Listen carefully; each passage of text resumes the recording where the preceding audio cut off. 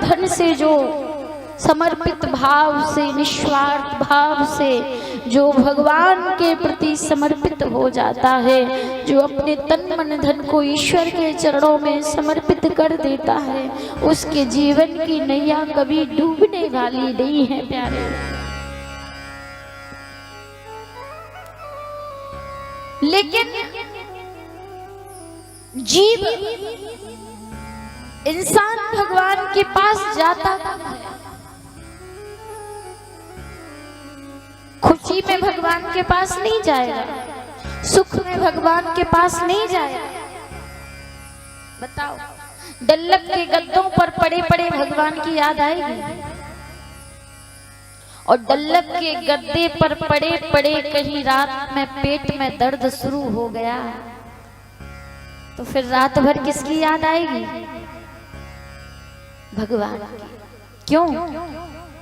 क्योंकि जिंदगी की पतवार में कभी ठोकर खाई ना होती, और हे श्याम सुंदर हमें तेरी याद आई ना होती।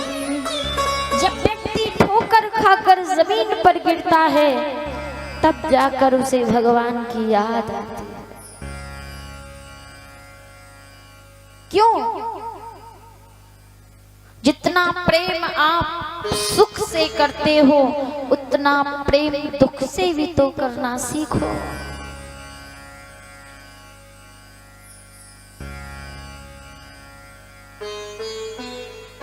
एक बार जब श्री सूरदास जी महाराज जो नेत्रहीन थे, लेकिन नेत्रहीन होने के बाद उन्होंने अपने सर्वस्व जीवन को परमात्मा के चरणों में समर्पित कर दिया था।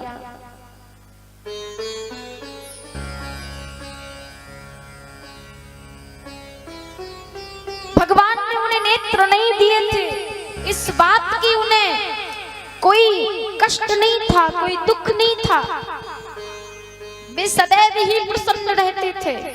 और भगवान ने नेत्र नहीं दिए, इसी को उनकी इच्छा मानकर ही अपने आनंद से जीवन को व्यतीत करते थे।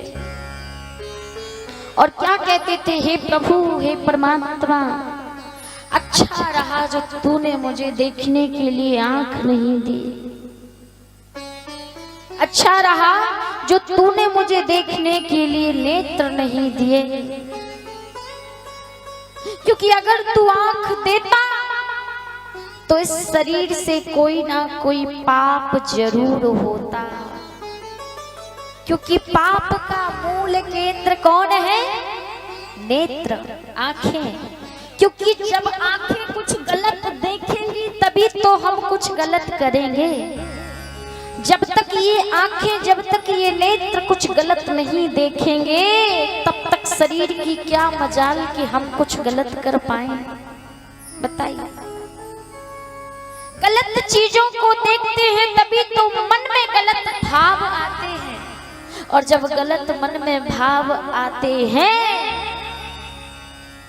तो ये मन हाथों को आज्ञा दे देता है कि ये गलत काम करो। लेकिन पाप का मूल केंद्र क्या है? नेत्र। क्या है? नेत्र। एक बार एक माली, बगीचे का माली भोजन करने के लिए अपने घर चला गया और बाग छोड़कर, तब खाली बाग को एक व्यक्ति ने देखा, एक चोर ने देखा, तो वो चोरी करने के लिए बाग में चला। अब एक व्यक्ति ने आम के बगीचे में लगे हुए आमों को देखा, तो आम के फल को देखा किसने? आम के फल को देखा किसने? किसने? जोर से बोलिए। आंखों ने। किसने देखा? नेत्र ने। अब अब जिसने आम को देखा वो चलकर जा नहीं पाए, चलकर गए कौन? जिसने फल देखा वो चलकर गया नहीं, चलकर गए कौन? पांव। पांव पहुंच गए आम के बगीचे में। अब जिसने फल देखा वो चलकर गया नहीं, और जो चलकर गया उसने फल को तोड़ा नहीं। तोड़ा किसने? तोड़ा किसने? हाथ ने। तो जिसने फल देखा वो गया नहीं, और जो गया उसने फल तोड़ा नहीं, और जिसने फल तोड़ा उसने फल चखा नहीं। चखा किसने? जिह्वा ने, जीभ ने, रसना ने। तो जिसने फल देखा वो चलकर गया नहीं, और जो चलकर गया उसने फल तोड़ा नहीं, और जिसने फल तोड़ा उसने फल चखा नहीं, और जिसने फल चखा उसने फल को रखा नहीं। रखा किसने? चखा जीभ ने, रखा किसने? पेट ने। अब चोरी करते हुए उस व्यक्ति को बगीचे के माली ने देखा तो दबे हुए पांव आया पीछे से, और 4 डंडे उसकी पीठ में जोर से लगाए। 4 डंडे। अब बताइए, फल देखा किसने? आंख ने। चलकर गए कौन? पांव। तोड़ा किसने? हाथ ने। चखा किसने? जीभ ने। रखा किसने?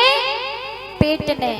अब इस पीठ का ना लेना ना देना, पिटे पीठ, डंडे पीठ में पड़े, पीठ का क्या लेना देना? तो पीठ ने कष्ट क्यों पाया? तो मैं एक बार यही प्रश्न एक संत जी से कर रही थी कि महाराज इस पीठ का क्या दोष था? ना तो पीठ ने फल को देखा, न चखा, न तोड़ा, न चलकर गई, न रखा। इस पीठ का क्या दोष था जो पीठ में 4 डंडे पड़े?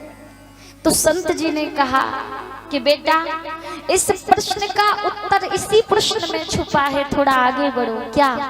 बोले जब उस बगीचे के माली ने पीठ में 4 डंडे लगाए, और जब पीठ को कष्ट हुआ तो आंसू कहां से निकले? आंसू कहां से निकले? आंखों से। और फल देखा किसने? फल देखा किसने? आंख ने। घूम फिर कर बात आंखों पर ही आ गई ना। तो पाप का मूल केंद्र क्या है? नेत्र। जब तक हम गलत देखेंगे नहीं, तब तक ये शरीर की मजाल नहीं है कि ये गलत कर सके। जब हम गलत देखेंगे तभी हम गलत करेंगे। तो सूरदास जी भगवान से कहते हैं, प्रभु सही किया कि मुझे देखने के लिए आपने आंखें नहीं दी, नेत्र नहीं दिए। अगर मुझे नेत्र दिए होते तो इन नेत्रों से न जाने कितने पाप कर्म करता मैं, न जाने कितने पाप करता। एक दिन सूरदास जी महाराज कथा सुनने के लिए गए। व्यास जी कथा कह रहे थे। अब व्यास जी की कथा सुनने के लिए जब सूरदास जी पहुंचे तो व्यास जी एक भजन गा रहे थे। कौन सा भजन गा रहे थे? हे नंदलाल, हे नंदलाल मेरे नैनों में तेरे चरण अटक रहे। कौन सा भजन गा रहे थे? हे नंदलाल मेरे नैनों में तेरे चरण अटक रहे। अब सूरदास जी ने ये भजन सुना, लेकिन इसका उल्टा गाने लगे, उल्टा गुनगुनाने लगे। क्या भजन था कि हे नंदलाल मेरे चरणों में, मेरे नैनों में तेरे चरण अटक रहे। सूरदास जी ने इसका उल्टा कर दिया, हे नंदलाल तेरे नैनों में मेरे चरण अटक रहे। हे नंदलाल तेरे नैनों में मेरे चरण अटक रहे। पूरा रात हो गई, हे नंदलाल तेरे नैनों में मेरे चरण अटक रहे। आज जब पूरी रात्रि बीत गई, सूरदास जी ने भजन को गुनगुनाना बंद नहीं किया। आज भगवान सूरदास जी के समक्ष प्रकट हो गए नंदलाल। और सूरदास जी ने जब आवाज सुनी, ठाकुर जी ने आवाज लगाई, सूरदास उठो, जागो। सूरदास ने पूछा तुम कौन हो तुम? सूरदास जी की बातें सुनकर भगवान कहने लगे, सूरदास मैं वही तो हूँ। कौन? मैं वही तो हूँ जो पूरी रात से तुमने मेरे नेत्रों को फोड़ फोड़ के आधा कर दिया। बोले मैं कुछ समझा नहीं। बोले मैं वही हूँ नंदलाल जिसकी आंखों से तुम्हारे चरण अटक रहे हैं। सूरदास मैं वही हूँ जिसकी आंखों से तुम्हारे चरण अटक रहे। सूरदास जी ने जब भगवान को सामने पाया, चरणों में गिर पड़े और जोर जोर से उनकी आंखों से अश्रुओं की धारा प्रवाहित होने लगी, रोने लगे। भगवान ने उनकी आंखों से आंसू पहुंचे। हे सूरदास, सूरदास मैं तुम्हारी भक्ति से प्रसन्न हूं। बताइए, अब कोई कहे कि भगवान माला करने से मिलते हैं या तपस्या करने से मिलते हैं, तो बताइए सूरदास ने कौन सी तपस्या की?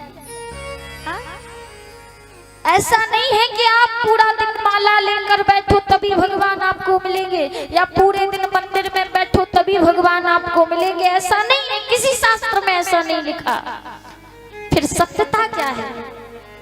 भगवान कहते हैं, न जाने कौन से गुण पर दयानिधि रीझ जाते हैं, यही हरि भक्त कहते हैं, यही सदग्रंथ गाते हैं। न जाने कौन से गुण पर दयानिधि रीझ जाते हैं।